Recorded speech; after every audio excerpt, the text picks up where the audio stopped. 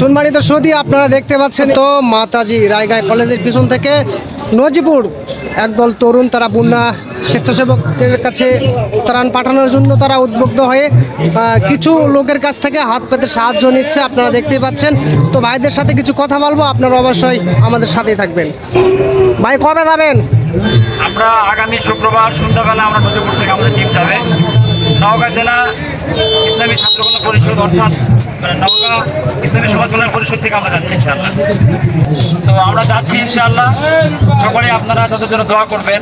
বিশেষ করে নোয়াখালী, ফেনী সহ বিভিন্ন জেলার ভাইয়েরা খুবই কষ্টের মধ্যে আছেন, তাদের কষ্টের দিকে তাকিয়ে আমরা আমাদের এই সংগঠন থেকে আমরা আমাদের যে তরুণ সমাজ দেখতে পাচ্ছেন, তরুণদেরকে নিয়ে আমরা উদ্যোগ নিয়েছিলাম। সেই উদ্যোগ থেকে আমরা কাজ করছি ইনশাআল্লাহ। আমরা যতটুকু পারছি ত্রাণ আমরা সব জায়গা থেকে সংগ্রহ করছি। বিশেষ করে সব জায়গা থেকে মানুষের দেখা যাচ্ছে যে আপনার শুকনো খাবার সহ বিভিন্ন খাদ্য নিয়ে যাচ্ছে।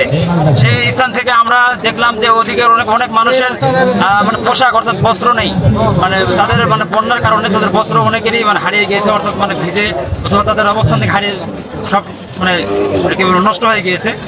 এই স্থান থেকে আমরা চেষ্টা করছি যে যতটুকু পারি আমরা বস্ত্রের দিকটা আমরা বেশি গুরুত্ব দিচ্ছি। বস্ত্র এবং মেডিসিন, এই দুইটা জিনিস আমরা বেশি নেওয়ার চেষ্টা করছি, যাতে ভাইদেরকে গিয়ে আমরা যারা বস্ত্রহীন হয়ে গিয়েছে তাদের কাছে আমরা বস্ত্র পৌঁছাতে পারি, কাপড় পৌঁছাতে পারি। অনেককে আমরা দেখতে পেলাম তাদেরকে সামনে শুকনো টাকা হচ্ছে, কিন্তু তারা আসতে পারছে না। সুতরাং আমরা বুঝতে পারলাম তাদের শরীরে বস্ত্র নেই, এই জন্য তারা পানির নিচ দিয়ে হাঁটাচলা করছেন।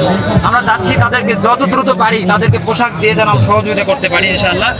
এই সকলে আমাদের টিমের জন্য দোয়া করেন ইনশাআল্লাহ। আমরা যেন যে আপনাদের আমানতগুলো যেন সুন্দরভাবে আমরা সকলের কাছে পৌঁছাতে পারি ইনশাআল্লাহ। আলহামদুলিল্লাহ, আমরা নজিপুর সহ বিভিন্ন শহরে আমরা গিয়েছি। আলহামদুলিল্লাহ, মানুষের খুব সাড়া পাচ্ছি। বিশেষ করে নজিপুর শহরের প্রত্যেকটা অঞ্চলে আমরা আমাদের খবরটা পৌঁছে দিয়েছি, যার ফলে সকল মানুষই আমাদের অফিসে এসে তাদের ঘর বাড়িতে যত পুরাতন কাপড় রয়েছে বা অতিরিক্ত কাপড় সহ অনেক মানুষ নতুন কাপড় ক্রয় করে তারা আমাদের কাছে দিয়েছে আলহামদুলিল্লাহ। এই মুহূর্তে আমাদের কাছে 40 থেকে 50টা ফ্যামিলির কাপড় অলরেডি আমাদের হাতে চলে এসেছে। আরও অনেক মানুষ ওয়াদাবদ্ধ হয়েছে তাদের কাপড় আমাদেরকে দেবেন ইনশাআল্লাহ। তো সমস্ত কাপড় আমরা শুক্রবারের আগে কালেক্ট করব এবং মেডিসিন অর্থাৎ ওষুধ এগুলো আমরা কালেক্ট করছি। বাকি আরও আমরা ওষুধ সহ শুকনো খাবার নিয়ে আমরা আমাদের টিমে রওনা দিব ইনশাআল্লাহ।